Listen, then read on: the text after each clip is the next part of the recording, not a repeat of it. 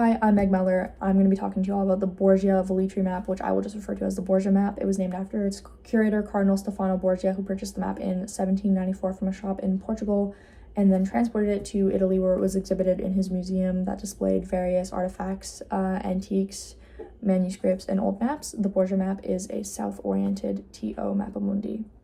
Though scholars have dated this map somewhere between the 1410s to the 1460s, nothing is known for certain of its provenance.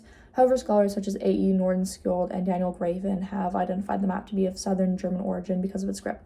I'm with the belief that the map would have been produced slightly earlier, closer to the 1450s and the 1460s, as Nicholas Pisano notes that there is no mention of the Turkish siege of Constantinople, which began in the mid-1450s. Because its provenance is relatively obscure, there are a lot of conflicting opinions. The information stored on myoldmaps.com states that its function would have been decorative, but I disagree with this notion, in part because the author of those claims is unknown and because of the map's attention to detail, particularly its attention to Christian history. Medievalist Evelyn Edson argues that the map would have been used as a visual or an illustrative aid in a school setting instead. Because the map was identified to be of southern German origin due to its script, we can assume that it was most likely used in German schools before and wound up making its way to Portugal by some unknown means before it was then bought by the cardinal. Edson argues that the map would have been used for schooling because there contains a sequential detailing of 4 prominent historical empires, which are Babylon, Alexander, Carthage, and Rome. Because of that, there's a huge focus on historical events in the map rather than geographical accuracy. So Europe is blown up and oversized. Jerusalem is also not the origin point of the map, and Jerusalem actually isn't present on the map at all. There's also a reoccurring theme of Christianity. There's a struggle between Christians and pagans. There are some crusades, but not all are mentioned. Often crusades that ended more so in favor of Muslims are omitted from the map. There are also 2 apostles' tombs, and angels pray around them. There are also several angels kind of scattered throughout the map.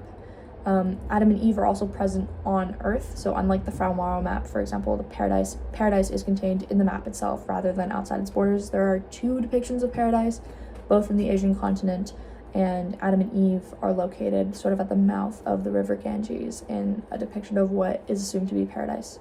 The Borgia map was also engraved on 2 large copper discs that were fused together. This is an incredibly unique feature, as prominent Mappamundi from the Middle Ages were either made of paper or animal skins, like the Ebsdorf, Hereford, and Frau Mauro maps. Its material is indicative of its function. The copper would have made the map incredibly durable and resilient, which a visual aid for a school would need to be in order to last without significant damage over several years. It was particularly a visual aid meant to preserve the historical context in which it was engraved. The Borgia map contains unique characteristics from previous Mappamundi.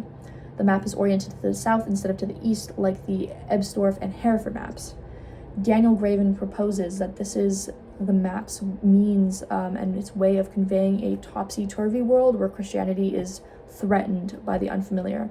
This would make sense if its usage was in an academic setting focusing on history. The preservation of Christianity would have been threatened by the unfamiliar given the context in which it was engraved.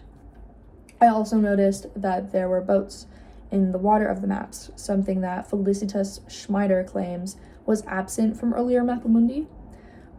She also claims that the Borgia map was mapped and established within central concepts of Christian tradition, namely world domination and the fear of the end times, which is perhaps why paradise is crossing over into the mortal world, because of the uncertain circumstances that Christianity found itself in during a time of world domination and global expansion.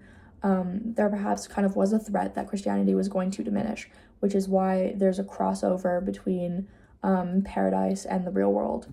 Also, the fact that boats were in the water instead of just solely on the shores or completely omitted from the map could also indicate that boats were kind of seen and people were seen as able to go and dominate water now. Water wasn't seen as something that wasn't necessarily meant for humans. Like, humans could now live on water and they could expand themselves beyond the borders of water, and they could see what was outreach from that, which perhaps is also could also explain why paradise is crossing into the map itself, because there didn't need to be any separation, as people and humans were kind of breaking that barrier and they were seeing what was beyond the insularity of their worldview. They were traveling and they were completely outstretched beyond various places and what was previously seen as impossible was becoming increasingly possible. With world domination and global expansion, there was that heightened sense of unfamiliarity, which is why the Borgia map is so unique.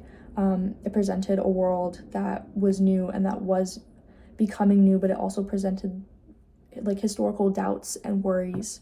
And yeah, I will be listing my sources and a Google Doc link in the comments.